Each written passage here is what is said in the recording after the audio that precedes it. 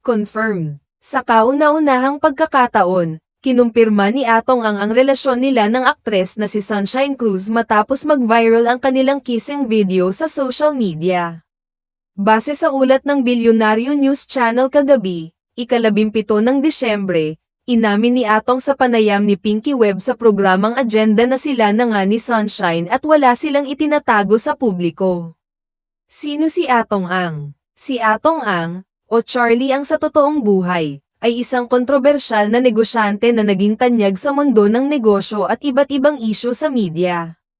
Siya ay nasangkot sa ilang kontrobersya noong nakaraan ngunit patuloy na namamayagpag bilang isang matatag na personalidad sa industriya.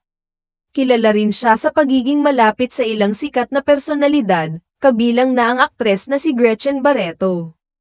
Kwento ni Gretchen Barreto at Atong Ang. Ang relasyon ni Gretchen at Atong ay matagal ng usap-usapan. Una silang nagkakilala sa pamamagitan ng kanilang mga koneksyon sa negosyo, at mula noon ay naging magkaibigan na sila. Gayunpaman, hindi naging malinaw kung kailan at paano natapos ang kanilang samahan, ngunit batay sa mga ulat, ang dalawa ay tila napagdesisyonang tahakin ang magkaibang landas. Paano napunta si Sunshine Cruz kay Atong Ang? Si Sunshine Cruz, bago pa man maling kay Atong, ay kilala bilang isang magaling na aktres at dating asawa ni Cesar Montano. Ang kanilang kasal ay biniyayaan ng 3 anak na babae, sina Angelina, Samantha, at Cheska. Sa kabila ng kanilang hiwalayan, nanatili silang magkaibigan para sa kapakanan ng kanilang mga anak. Naging usap-usapan ang pag-uugnay ni Sunshine kay Atong matapos makita ang kanilang pagiging malapit sa mga piling event. Ngunit ang viral na video ang tila naging mitya para umamin si Atong tungkol sa kanilang relasyon. Reaksyon ni Cesar Montano. Sa panayam kay Cesar Montano, ipinahayag niya ang suporta sa bagong relasyon ni Sunshine. Ayon kay Cesar, saludo ako kay Atong for being man enough to admit his relationship with Shine. They will live happily ever after. They both deserve to be happy. When Shine is happy, that means our 3 daughters are happy, too.